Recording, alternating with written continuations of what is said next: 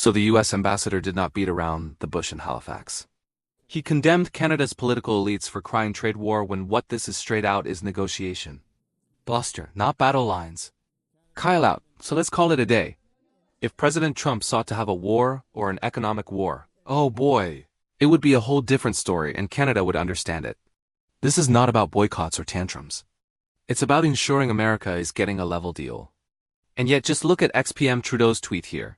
Today, the United States opened a trade war against Canada, their closest partner and ally, their closest friend. Canadians are reasonable, but we will not back down from a fight. Not when our nation is on the line.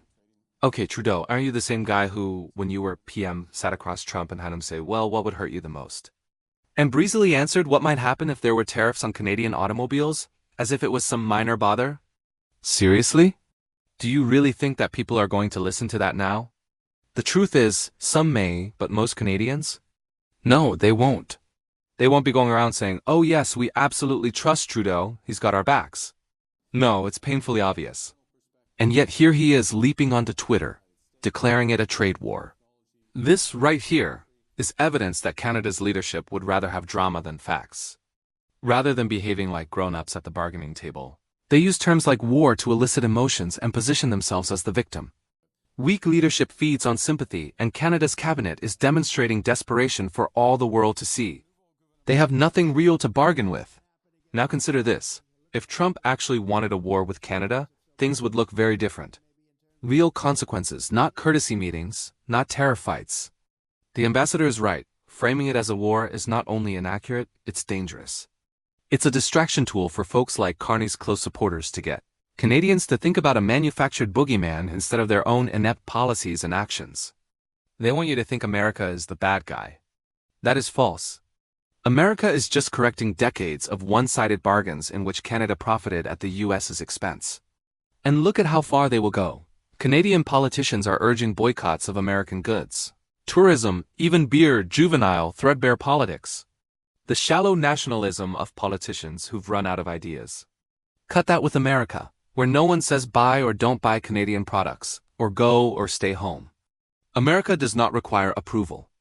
America dictates because America dictates the terms. Here's the hard fact. Trump's America is standing strong, insisting on fairness. Canada, under weaker than usual leaders such as Carney, is in a panic because its economy relies so heavily on access to the US. They detest being called out. This is not war. This is reality. Trump is rewriting the rules, and Canada has no choice but to play along. Their own leadership got them there. It is what it is. Any other president prior to Trump could have tried the same. They might have incited outrage, complaints, accusations of unfair treatment. Yes, it would have been so. But they didn't. Trump is the one who finally shook the status quo. This is the result of an economy too tightly tied to America, too dependent on American terms. So let's cut through the noise. What we're witnessing in Canada isn't about trade fairness or diplomacy. It's about a country that is furious because America finally stood up and said, no, enough, no more freebies. No more favoritism. For decades, Canada rode America's coattails. They enjoyed lopsided trade deals, sweetheart terms, and a neighbor who bent over backward to accommodate them. Trump said, no more. Those days are over, and Canadians simply can't handle it. The ambassador arrived in Halifax, speaking truth to power, confronting delusion head-on, and he got attacked for telling what everyone already knows. He spoke a tough truth. Canadians aren't hot for the US-Canada connection anymore. That isn't rude. It's fact. The polls indicate it. Tourist figures indicate it. Boycotts attest to it. Canadians are pouting because the ride-free ride has ended. Meanwhile, Carney and Canada's political elite fuel the fire, making reasonable negotiations into an all-out tantrum. America's response is obvious. Do we really want to even deal with this? The ambassador did not come to battle. He came to clarify. He explained, stop referring to this as a war.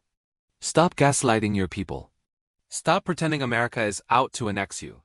They criticize the ambassador for being out of touch. They ridicule him. They tell him to look in the mirror. But let's take a break. Who's actually projecting here? Who established the imbalance in the first place? Canada. Who hit tariffs first? Canada. Who played anti-American campaigns with signs such as elbows up? Oh yes, again Canada. And now they play shocked that Trump no longer wants to play nice. Spare me, this is the cost of decades of freeloading finally catching up. Do not ignore the numbers. Canadians boast about boycotting American products. U.S. alcohol sales are down.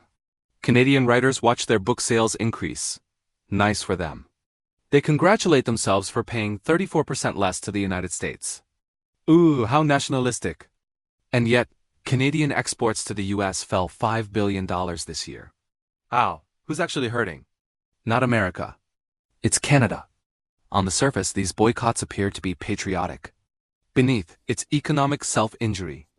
America doesn't need you. America doesn't require Canadian airlines or Canadian book sales. But U.S. markets desperately need Canadian companies. That is the truth. The most revealing aspect? The ambassador condemned Canadian politicians for waging openly anti-American campaigns, and he is correct. Canadian politicians are so consumed with demonizing Trump that they got their people and hardcore base in a frenzy. But they can't accept that America has the upper hand. So they twist it into a moral argument. This moral crusade, attempting to castrate as nationalism, is flimsy. It's false. It's dangerous. And then Trump does precisely what he said he was going to do, fighting for American workers. America first. Canadians object because, for once, the battle isn't stacked in their favor. Here's the rub. Pre-clearance in Canadian airports was always a courtesy provided by the U.S., not an entitlement. For decades, Americans have been footing the bill, facilitating ease of travel south for Canadians with no trouble.